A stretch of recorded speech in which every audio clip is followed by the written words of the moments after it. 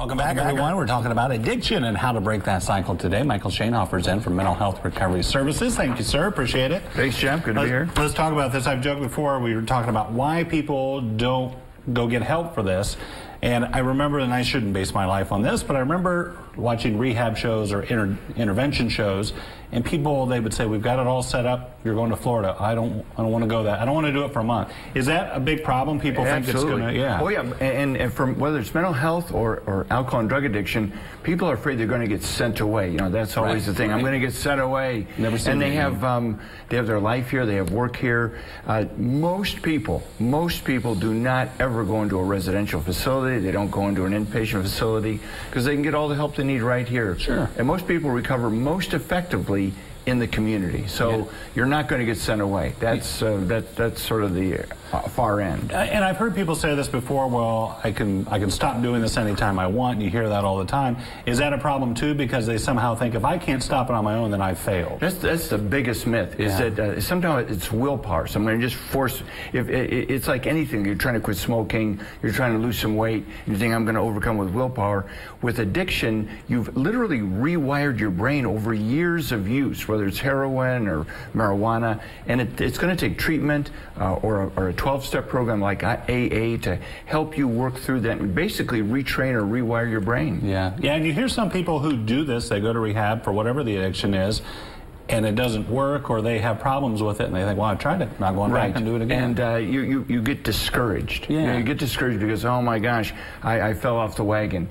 That's oftentimes the signal to get back on again. And most people recovering from addiction, it takes 2, 3, 4, 12 times before something finally hits that works for them. Yeah, it seemed like it would get easier each time. You kind of know what to expect. And I think a lot of people, you note on your notes that some people feel like, I shouldn't get treatment now. I've got to wait till it's at its worst. That's the and I think most families have that issue. You know, they've tried to talk to somebody, and it just didn't work at that time. And so they go, well, I'm just going to wait. Or you say, well, you're going to wait till it hits rock bottom.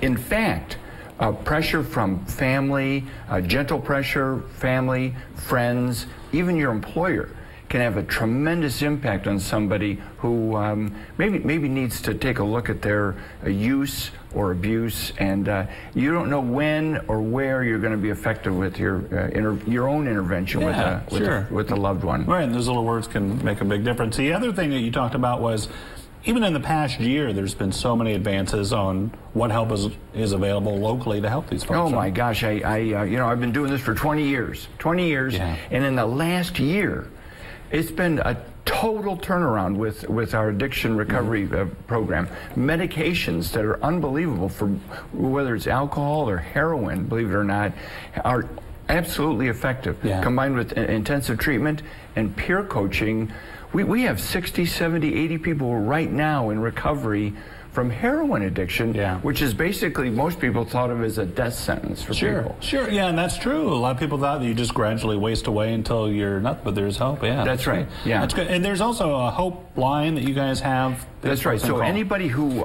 needs help, maybe you have a loved one who you think needs help, or you yourself, you can call 1-800-567-4673.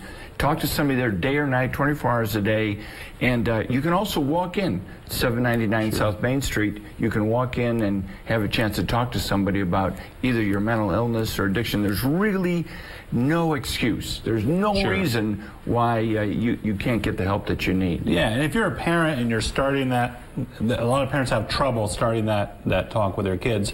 Any advice there? Sure, and that's the biggest thing. Now, we have people who are in treatment, but we want to prevent our young folks. And parents don't realize how effective they are, what impact they have. So there's a great website called starttalkingohio.gov. Starttalkingohio.gov. Parents simply disapproving of their kids' use or ever use of drugs has a tremendous impact. Parents setting limits and consequences for use has a tremendous impact on their kids' use. That makes a lot of sense. Thank you so much. Very helpful today. We appreciate it. Thanks, Jeff. All right. Don't go away. We'll be back right after this.